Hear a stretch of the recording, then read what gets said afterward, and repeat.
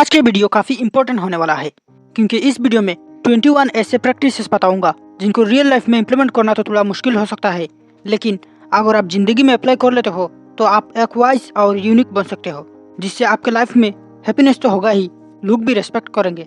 आपने यूट्यूब में काफ़ी सारे ज्ञानी बाबा देखे होंगे जो ज्ञान और मोटिवेशन के नाम से लोगों को बेवकूफ़ बनाते हैं। मैं इनके मोटिवेशन को बेवकूफ़ इसलिए कह रहा हूँ क्योंकि ऐसे वीडियो से लोग मोटिवेशन से ज्यादा एंटरटेन होते हैं। एंटरटेनमेंट की तरह वीडियो के एंड तक मोटिवेशन रहती है। ये वीडियो मैन वुमेन सबके लिए है, बस थोड़ी सी मैच्योरिटी चाहिए, इसलिए वीडियो को स्किप मत करना और पूरे वीडियो देखना। Okay, let's come to the topic. Rationality को मैंने सबसे फर्स्ट प्रायोरिटी दी है क्योंकि अगर आप रैशनल नहीं होंगे तो आपके लिए बाकी प्रैक्टिसेस कोई काम का नहीं होगा। रैशनैलिटी का मतलब है हमेशा रीजन और लॉजिक का साथ देना, किसी भी जजमेंट या ओपिनियन में उसका स्ट्रेंथ और वीकनेस को एवेलुएट करके जजमेंट देना। अगर आप अपने बिलीफ और इमोशन से हट के जजमेंट दोगे तो आप बायस्ड नहीं होंगे और लोग आपको ट्रस्ट करेंगे क्योंकि इससे एक न्यूट्रल पर्सपेक्टिव होगा जो आपके खुद के बिलीफ से भी कॉन्ट्राडिक्टरी हो सकता है। जब आप कहते हैं आप किसी का फैन है तो आप खुद को ही झूठा बना लेते हो। ऐसी बातों से इनडायरेक्टली आपका सेल्फ रेपुटेशन नीचे गिरता है। क्या आप जानते हो आप खुद को जिसका फैन कहते हो वो गैम्बलिंग, बैटिंग और गुटखा, जिसमें क्लियरली लिखा हुआ होता है कि इसको खाने से कैंसर जैसी बीमारी होता है, ऐसे चीज़ों को प्रमोट करता है। वो आपका कोई केयर नहीं करता है लेकिन आप उसे भगवान बना लेते हो। फैक्ट तो यही है, उसके लिए आप सिर्फ एक बेवकूफ़ कस्टमर हो, इसलिए खुद को किसी का फैन नहीं कहना है। इंस्टेड आप आपके खुद के ओपिनियन रख सकते हो और ऐसा कह सकते हो उसने वो चीज़ बहुत अच्छा किया या बुरा किया, या फिर आप किसी के अच्छे कामों को एडमायर कर सकते हो। इससे आपके माइंड को ऑटोमेटिकली पता चलने लगती है कि आपका सेल्फ रेपुटेशन इक्वल है या फिर उससे ज़्यादा है, लेकिन उससे कम नहीं। लोगों का भरोसा जितना बहुत इंपॉर्टेंट है, जब लोग आपको ट्रस्ट करने लगेंगे तब से आपका वैल्यू भी बढ़ जाएगा। एक चापरी सड़कचाप इंसान को कभी भरोसा नहीं किया जा सकता और इसलिए इसका वैल्यू भी नहीं है। यह अगर सच बोले तब भी लोग भरोसा नहीं करेंगे। ट्रस्ट गेन करने के लिए काफ़ी कुछ किया जा सकता है, जैसे सच बोलना, वादा रखना, धोखा नहीं देना या फिर किसी का पर्सनल सीक्रेट को एक्सपोज नहीं करना। गॉड दयावान होते हैं, इसलिए लोगों के इतने हरकतों के बाद भी माफ़ कर देते हैं। माफ़ी एक बहुत बड़ी चीज़ है और सिर्फ वही माफ़ कर सकता है जिसके पास औकात है। अगर आप किसी को माफ़ कर दोगे तो इसके बाद वह भी आपको रेस्पेक्ट करेगा और कम से कम आपके सामने ऐसी गलती दोबारा नहीं करेगा। टाइम मैनेजमेंट करना बहुत ज़रूरी है। हम ज़्यादातर लोग अक्सर कहते हैं वो करने का टाइम नहीं मिला, ये करने का टाइम नहीं है, लेकिन सच तो ये है हम सारा समय बेकार में रील देखने में गवाते हैं।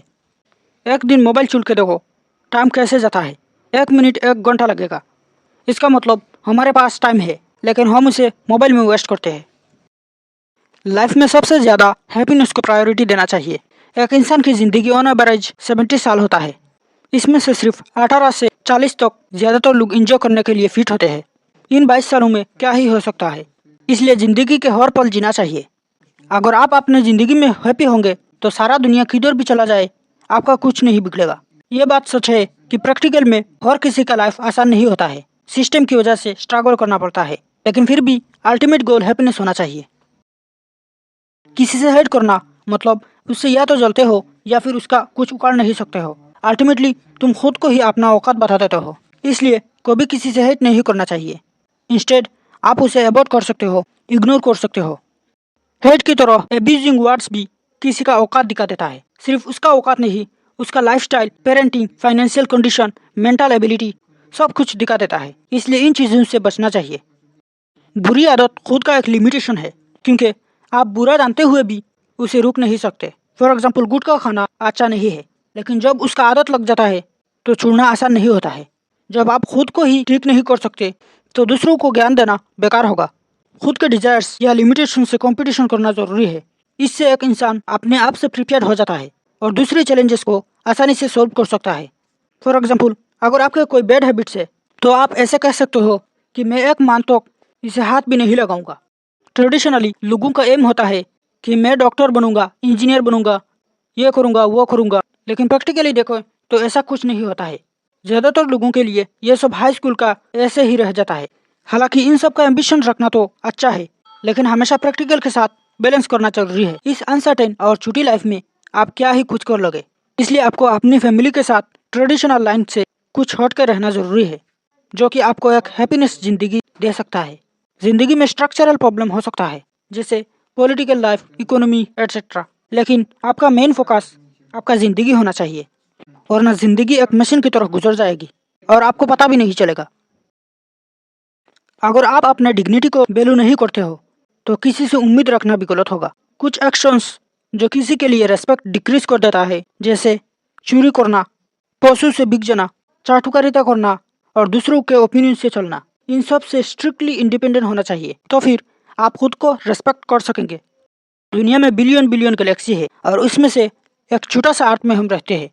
असल में हम इंसान का कोई औकात ही नहीं है इतने सारे चीजों को जानने का, लेकिन फिर भी हम थोड़ी ज्ञान पर घमंड करते हैं। सोक्रेटिस ने कहा था, all I know is that I know nothing. मैंने जाना कि मैं कुछ नहीं जानता। शायद ट्रू नॉलेज वही है जब आपको रियलाइज हो जाएगा कि आप कुछ नहीं जानते हो।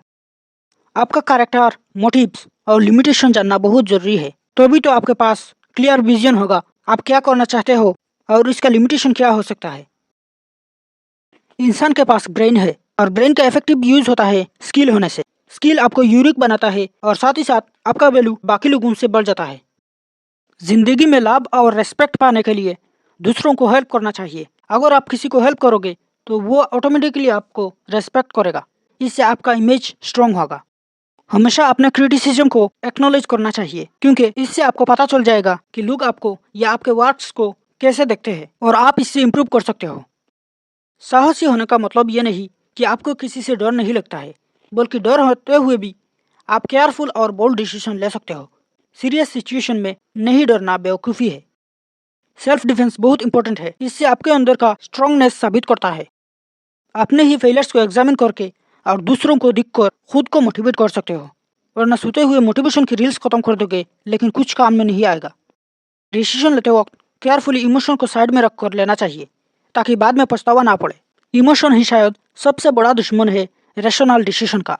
आई होप आपको कुछ जानने को मिला है। इन 21 प्रैक्टिसेस को मैंने बहुत सारे फिलोसोफर्स और राइटर्स के वर्क से लिया है, जिन्हें मैं भी कोशिश करता हूँ और आप भी कर सकते हैं।